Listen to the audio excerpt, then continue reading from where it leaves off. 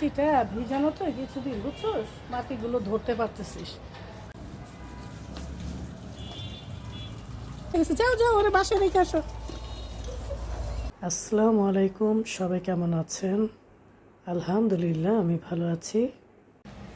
এই তো চলে এসেছি আমার রান্নাঘরে। আজকে পাবদা মাছ রান্না করব। সব কিছু গুছিয়ে নিয়েছি, ভাতও বসিয়ে দিয়েছি।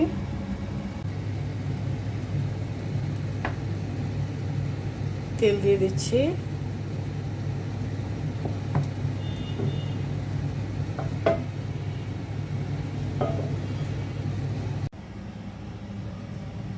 পাবদা মাছটা একদমই তাজা। আজকে আমি পাবদা মাছটা ভাজবো না, ভাজা ছাড়াই রান্না করব। পেঁয়াজ দিয়ে দিচ্ছি, আস্ত জিরা দিয়ে দিলাম। এখন দিয়ে দিচ্ছি পেঁয়াজ কুচি। পেঁয়াজটা হালকা ভেজে নেব।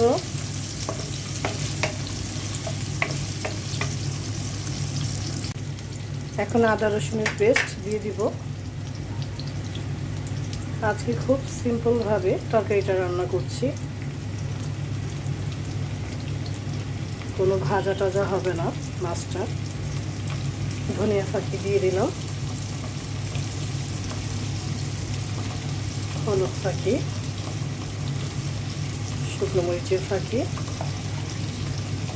জিরে ফাঁকি, আর দিয়ে দিচ্ছি লবণ।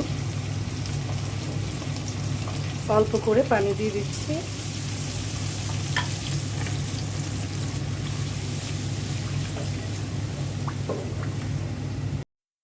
আজকে বেশি কিছু করব না, মাছ রান্না করব আর ভাত, আর সাথে থাকবে একটা ভর্তা। মশলাটা কষিয়ে নিলাম, এখন মাছটা দিয়ে দিচ্ছি।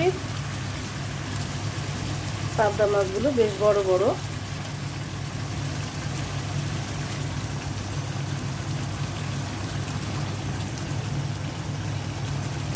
কাঁচামরিচ দিয়ে দিচ্ছি। আজকে কাঁচামরিচটা একটু ফেলে দিলাম। মাছটা উল্টে দিচ্ছি। মাছটা উল্টে দিয়ে তারপর আমি পানি দিয়ে দিব।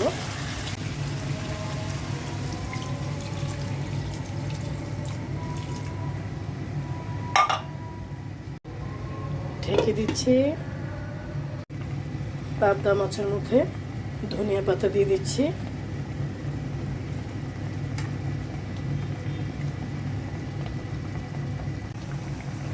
আর আলু ভর্তা করে নিচ্ছি।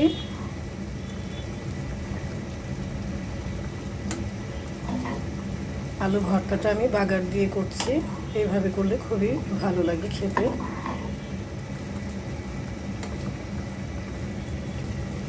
আজকে আমি শুকনো মরিচ দিয়ে করছি আলু ভর্তাটা, আর ধনিয়া পাতা দিয়েছি।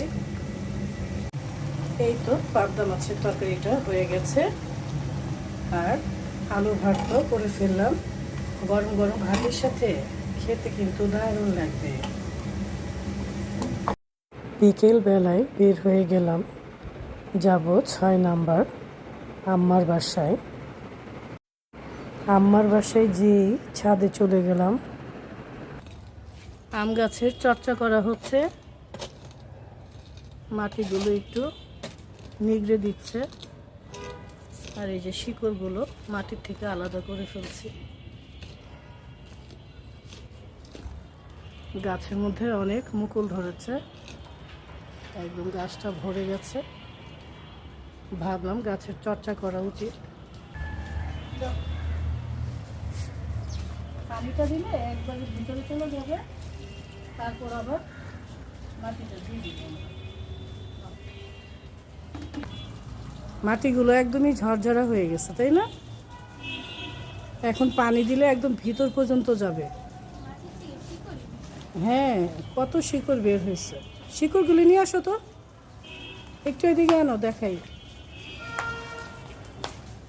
এই যে দেখেন কত শিকড় বের হয়েছে। পেয়ারা গাছের সাথে একটা লাউ গাছ লাগিয়ে দিয়েছি। এই যে আরেকটা লাউ গাছ লাগিয়েছি এখানে। ছাদটা খোলা পেয়ে আমাদের ভাড়াটিয়ার বিড়ালটা ছাদে চলে এসেছে, তাকে নিতে তার মালিকও চলে এসেছে। এই যে দৌড় দিয়ে চলে যাচ্ছে। সবাই ভালো থাকবেন, সুস্থ থাকবেন। আজকে এই পর্যন্তই। আল্লাহ হাফেজ।